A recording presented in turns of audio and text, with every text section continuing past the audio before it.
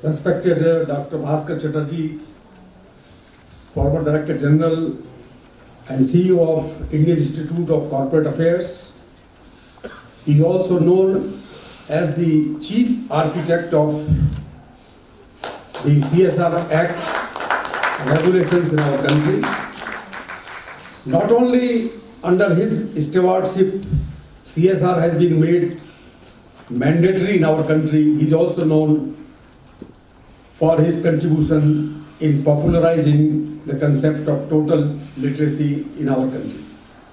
So, whenever there is a conference on CSR, people have first choice for inviting him as the keynote speaker.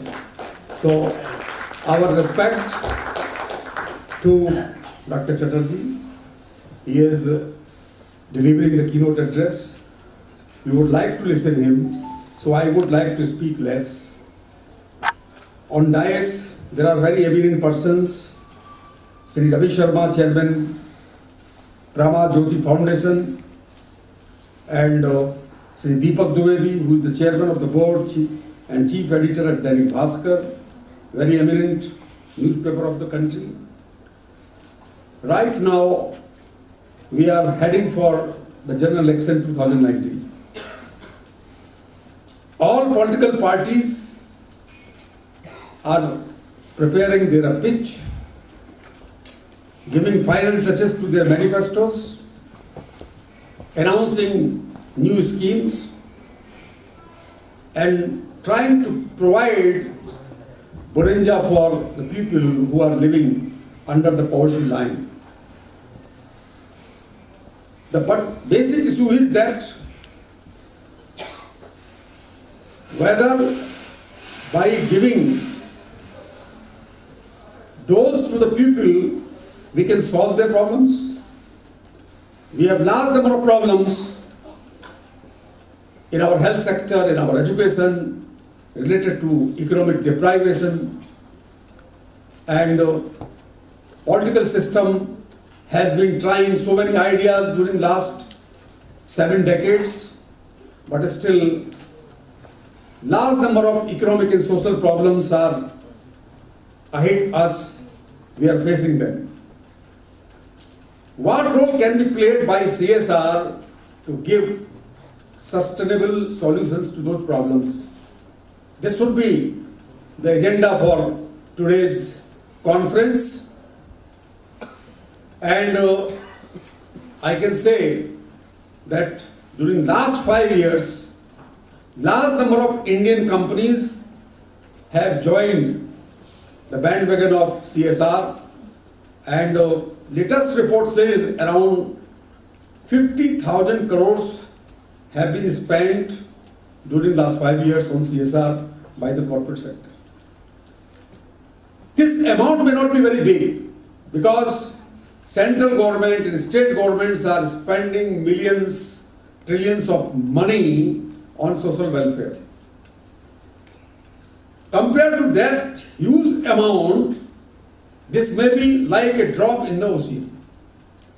But even then, a drop in the ocean has its own importance in our country, vis-a-vis the ocean of the huge amounts spent by the central and state governments.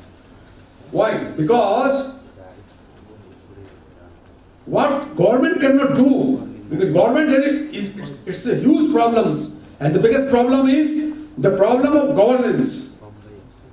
Still we do not know whether 1 rupee disbursed by the central government or state government, when it reaches to the target beneficiary, how much of it reaches to him. We do not know the impact of different government schemes. Occasionally some research is being done, but there are large number of schemes. If we count, the number is infinite. There can be thousands of schemes launched by the central government as well as the state governments. Every time when the government changes, names of the scheme changed. So we have large number of schemes, but we do not know what is the impact of those schemes on the living conditions of the people.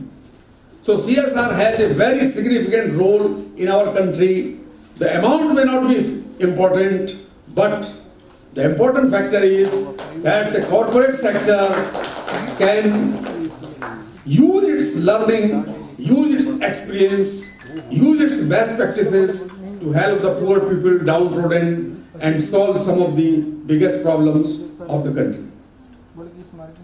And we have evolved from philanthropy towards CSR. It has taken more than 50 years. Our traditional business houses have been contributing money, and philanthropy has been a big tradition in our country. Tatas and Birlas, they have been famous. Hundreds of business houses, they have been famous for giving donations for charities. But CSR has created its own niche in our country after becoming the mandatory part. Why CSR, which is being done by corporate sector, creating value or trying to solve some of the biggest problem? I think that it is using two basic tools, two basic best practices. One is need assessment and other is impact assessment.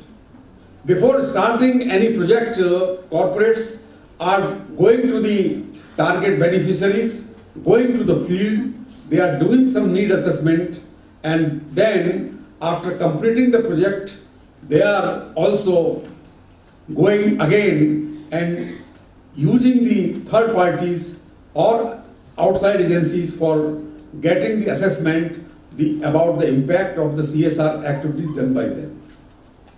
So this is very interesting, very important, but I would like to say that economic growth is not creating justice.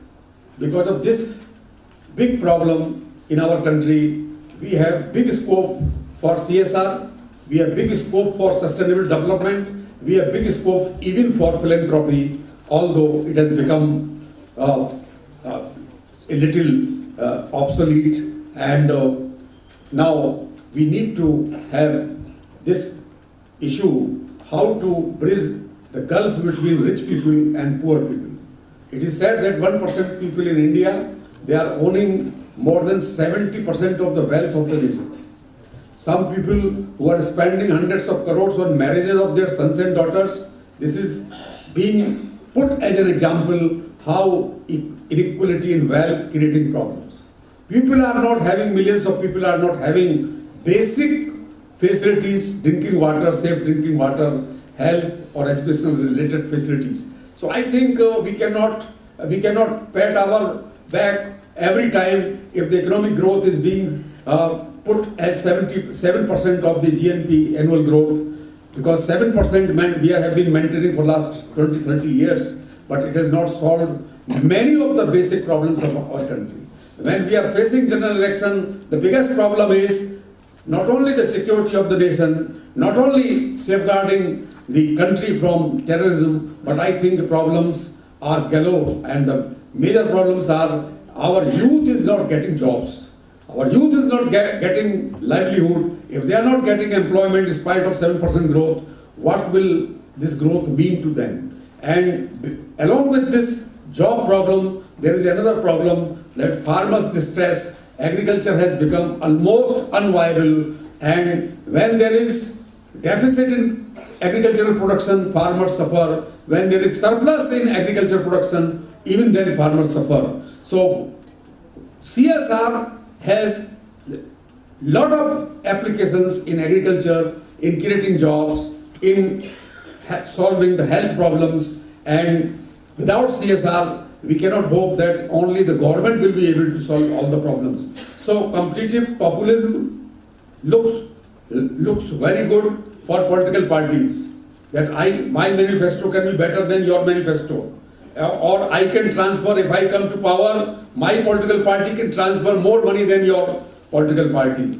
But this competitive populism has its own limitations, its own bad impact of the economy. I do not say that we should not transfer money to the poor people, but I think instead of doling out money, we should teach them how to fish rather than giving the free fish.